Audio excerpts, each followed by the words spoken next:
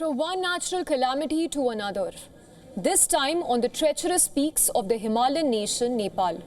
At least 9 climbers, including 7 foreigners and 2 local guides, were killed in 2 separate incidents.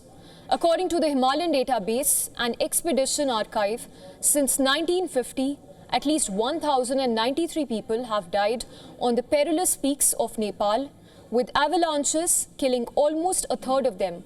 Our next report brings you the details.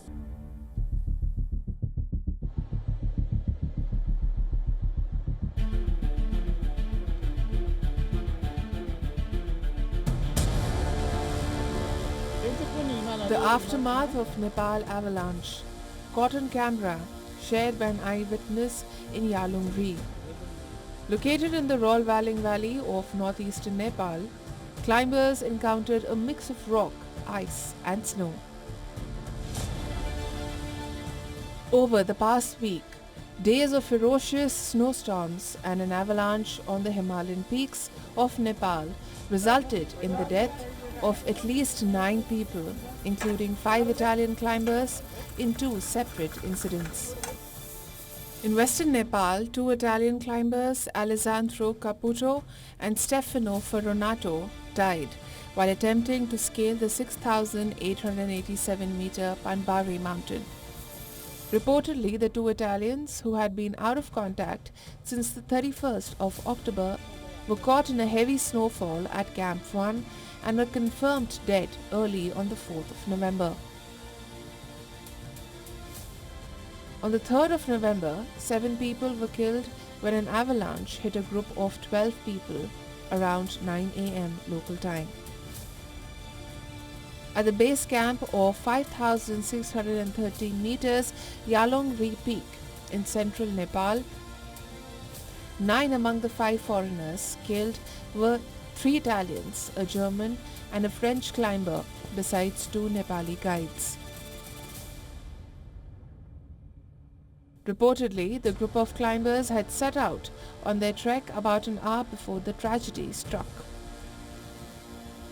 Among the people rescued and airlifted to the capital, Kathmandu, for treatment the next day were 2 French citizens. 54-year-old Isabel Thaun was lucky enough to survive the avalanche, but unfortunately lost her husband, Christian Manfred, in what she described as a wave of snow. We were in the base camp and suddenly the snow moved and slipped, and a big avalanche of 300 meters and very large, very wide, and it came and we were the first ones. The French group was the first one, and we went on the left.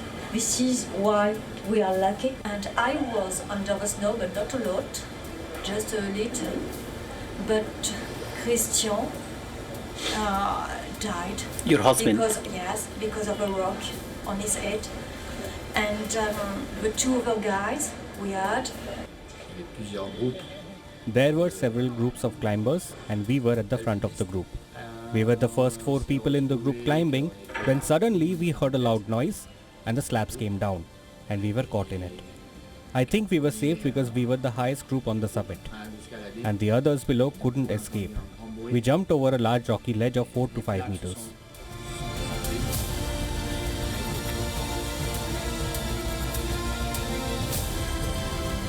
Rescue efforts on the day of the tragedy were hampered by poor weather and logistical issues, which made it hard to fly helicopters or reach the site on foot. It was only when the weather cleared the next day that a helicopter was able to reach the base camp, and rescuers were able to begin sifting through the snow and ice. Last week, Cyclone Montha had triggered heavy rain and snowfall across Nepal, leaving trekkers and tourists stranded on popular Himalayan trekking routes.